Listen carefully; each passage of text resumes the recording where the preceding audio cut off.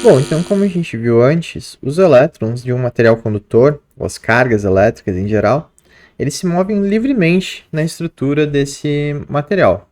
Entretanto, quando não existe nenhum campo elétrico aplicado nos terminais desse condutor, a gente diz que o movimento dos elétrons aqui nessa estrutura do condutor é de forma bastante aleatória e caótica. Ou seja, é muito difícil prever qual que é a trajetória que o elétron vai fazer dentro desse condutor. Lembrando que a gente está preocupado aqui com o movimento dos elétrons livres da camada de valência. São os elétrons que estão mais fracamente atrelados ao seu átomo original. Agora, quando uma tensão é aplicada nos terminais desse material condutor, aparece um campo elétrico, que a gente está assumindo aqui que é um campo elétrico uniforme ao longo desse condutor. Ou seja, em qualquer lugar que a gente analisar uma carga elétrica nesse condutor, a força que esse campo elétrico exerce sobre essa carga é igual, é o mesmo valor, por isso uniforme. Então, quando tem esse campo elétrico, que é gerado através de uma tensão aplicada nos terminais desse condutor, a movimentação dos elétrons livres, ela acaba sendo orientada em uma direção específica. E dependendo do tipo de material e da intensidade do campo que for aplicado, a velocidade com que essas cargas vão se deslocar pode ser alterada. Para um mesmo campo elétrico, um mesmo valor de tensão aplicada, a diferença entre essa velocidade que vai surgir nas cargas elétricas é chamada de mobilidade elétrica. E é uma propriedade do material condutor que a gente está trabalhando. Então, só para a gente ter uma ideia, vamos ver essa animação aqui do lado esquerdo primeiro, onde foi aplicado um campo elétrico nessa região fechada aqui. Do lado esquerdo, a gente tem o terminal positivo, que está sendo gerado por essas cargas positivas aqui. A gente pode ver que elas são positivas porque o campo está saindo da região da carga em direção ao outro lado, onde tem cargas negativas, que é onde o campo chega. Então é como se a gente tivesse uma placa positiva do lado esquerdo e um potencial elétrico menor aqui do lado direito, que é correspondente às cargas negativas. Nessa animação, a gente está vendo que tem uma massa que é colocada aqui com carga negativa, pode representar aí elétrons, e tem 25 unidades de massa aqui nessa carga, e ao colocar ela nesse ponto aqui, no extremo direito aqui dessa região, as cargas negativas começam a se mover na direção contrária do campo elétrico. Ou seja, elas são atraídas aqui pelas cargas positivas da placa no lado esquerdo. E veja que existe uma inércia, elas não se movem instantaneamente para cá, elas demoram um pouco porque existe uma massa associada a essas cargas. Já aqui na simulação do lado direito, a gente tem a mesma situação, mas a gente está colocando uma carga positiva, ou seja, como se fossem íons positivos aqui, e esses íons positivos estão livres para se mover, mas eles têm uma massa 25 vezes menor que do outro exemplo. Então a gente coloca eles no lado esquerdo e eles se movem em direção à placa negativa, porque eles são atraídos pelos elétrons que estão nesse lado aqui. Só que eles se movem muito mais rápido. Por quê? Porque a massa deles é menor. Então, esse efeito de orientar o movimento das cargas negativas contra o sentido do campo elétrico ou das cargas positivas a favor da direção do campo elétrico, qualquer um dos exemplos, isso aqui é o que acontece quando a gente aplica uma tensão em um material condutor. A gente orienta o movimento das cargas livres nesse condutor. E a velocidade com que elas vão se mover depende de algumas propriedades. E é isso que a gente vai discutir agora. Bom, então para falar de movimento de elétrons no condutor, a gente tem que lembrar quais são as leis da física que regem o movimento de partículas em geral, de corpos com massa. Os elétrons eles também têm uma massa, mesmo que seja uma massa muito pequena. E quando a gente fala de velocidade, movimentação, a gente está falando basicamente de cinemática, ou seja, o estudo do movimento de corpos e partículas. Então, a gente precisa lembrar um pouco do movimento retilíneo uniformemente variável. Nesse tipo de movimento, a gente tem um corpo com massa e esse corpo ele está numa posição inicial, num tempo de início do movimento. A gente assume que a posição inicial é 0 metros e o tempo de início também é 0 segundos, só para ter uma referência. E a condição desse tipo de movimento é que existe uma velocidade inicial associada com esse corpo. Então, quando começa a análise, ele já tem uma velocidade inicial e existe uma aceleração constante. Ou seja, a cada segundo que passa, a velocidade desse objeto aumenta ou diminui numa taxa constante. E a equação que rege esse movimento, para a gente calcular a velocidade ao longo do tempo, ela é uma equação de uma reta, uma equação linear.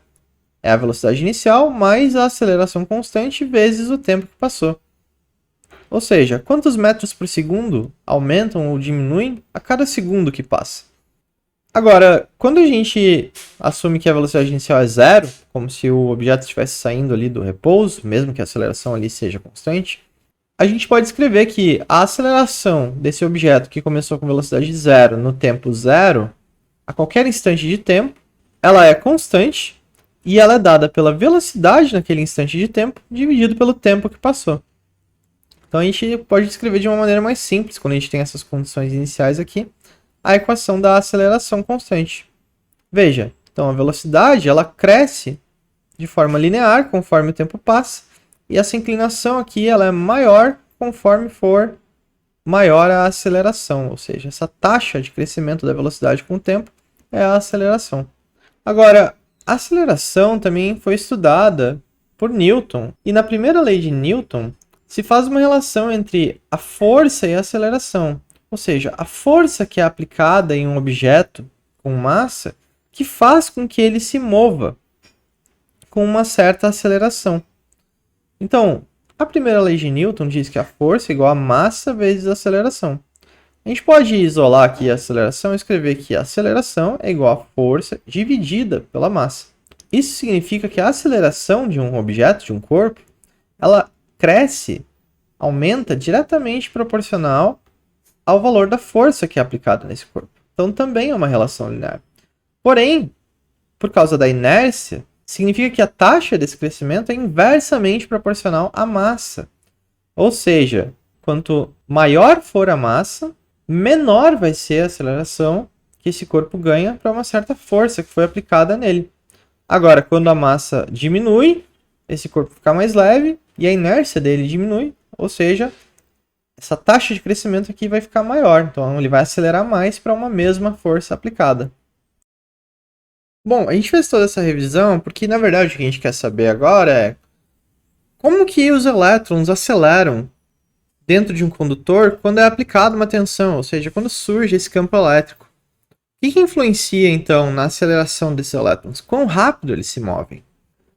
Então, é importante a gente saber uma coisa primeiro, que não importa se existe ou não existe um campo elétrico aplicado nesse condutor, os elétrons eles estão constantemente se movendo, só que de uma forma aleatória, ali, que não tem um fluxo médio para lugar nenhum. Então, esses elétrons eles ficam se movendo dentro da estrutura molecular desse material, e quando eles se aproximam de moléculas neutras, pode ocorrer a colisão entre esses elétrons e essas moléculas. E quando acontece a colisão, depois de um certo tempo que esse elétron estava se movendo, ele vai ser repelido ali por outras cargas e outros elétrons, de forma que aquela direção inicial que ele estava se movendo vai mudar, assim como a energia que ele tinha até aquele momento vai mudar também. É como se após um certo tempo que a gente vai chamar aqui de tal, essa letra grega aqui, tal, que é um tempo em segundos, logo após esses tal segundos aqui, é como se o elétron tivesse esquecido para onde ele estava indo e muda de direção, vai para outro lugar.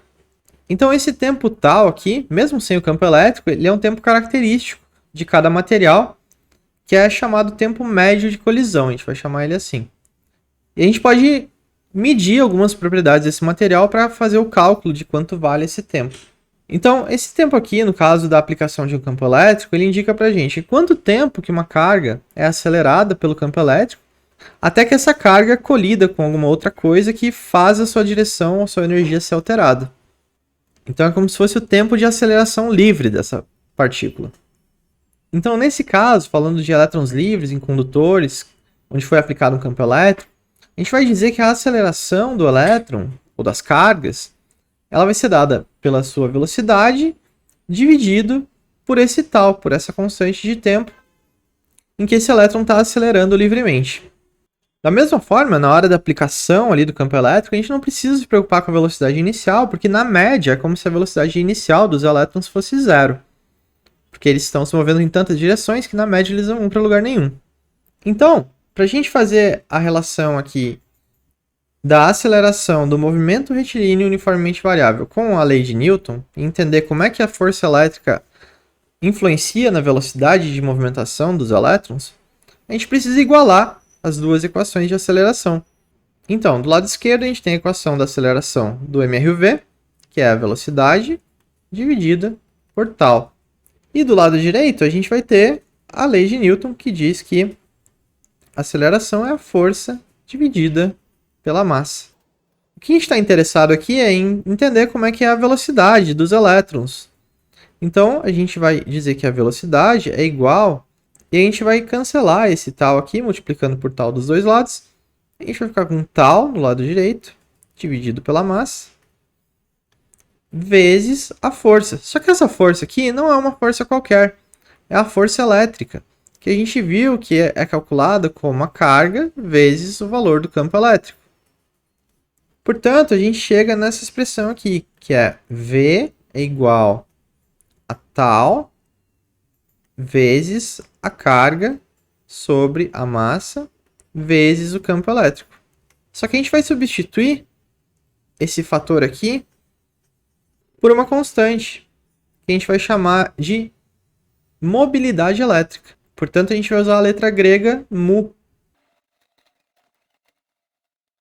Lembrando, então, que esse mu é uma propriedade do material que depende da razão entre a carga e a massa dessa carga, vezes o tempo médio de colisão do material. Então, isso é mobilidade elétrica.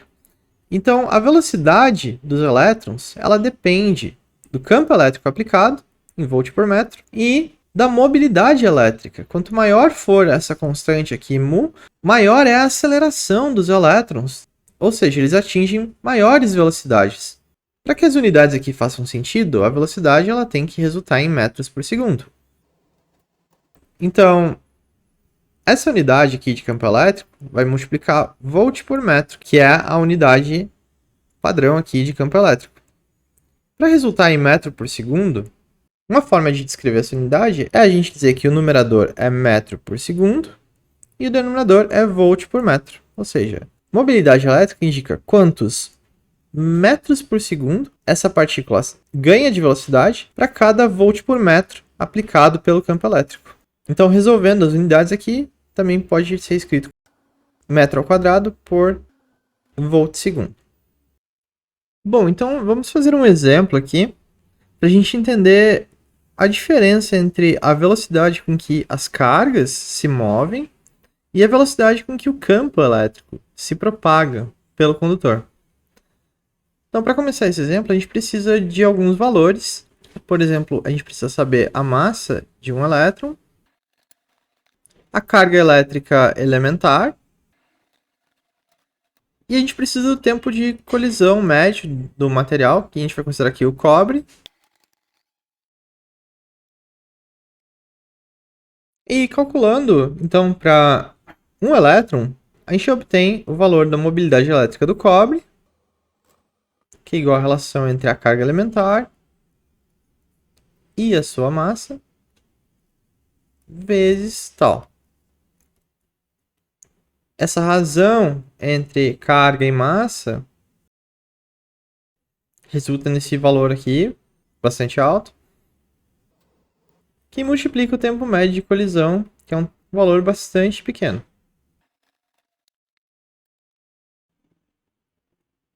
O resultado é aproximadamente 0,004269 metro quadrado por volt segundo. Então, só para a gente imaginar, se a gente tivesse uma fonte aqui, aplicando um potencial de 1 volt, uma diferença de potencial de 1 volt nos terminais de um condutor de cobre com 10 centímetros de comprimento, e assumindo um campo elétrico aqui uniforme, a gente chega nessa razão de 1 volt por centímetro, ou então 10 volts por metro aqui nas unidades padrões. E agora, se a gente fizer o cálculo da velocidade, mu vezes o campo elétrico, usando o valor obtido ali de mobilidade elétrica para o cobre e o campo elétrico desse cenário aqui, multiplicando então a mobilidade elétrica pelo campo elétrico, a gente chega no valor de 0,04269 metros por segundo.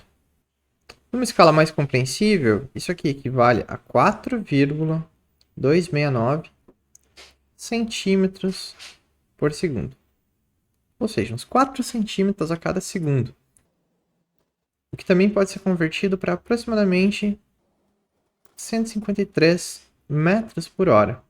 Então, pode ser uma surpresa que a velocidade dos elétrons, mesmo com esse campo aqui de 10 volts por metro, seja bastante lenta. Mas a verdade é que o campo elétrico ele se propaga numa velocidade muito mais rápida, próxima da velocidade da luz, enquanto a velocidade dos elétrons é realmente bastante lenta para as escalas que a gente está acostumado. Então, uma analogia é, se você imaginar uma fila de carros parados numa avenida, imagina que são 20 km que os carros estão parados, porque tem um obstáculo na pista. Na hora que o obstáculo é removido, todos os carros são liberados para se mover. E instantaneamente, imagina que todos os motoristas aceleram de maneira controlada para atingir uma velocidade constante aí de 20 km por hora.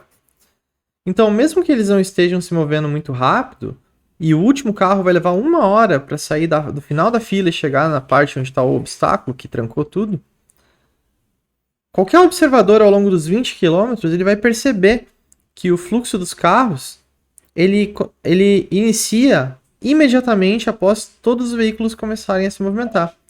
Ou seja, essa influência que gerou esse movimento se propagou muito rapidamente, mesmo que os objetos estejam se movendo devagar.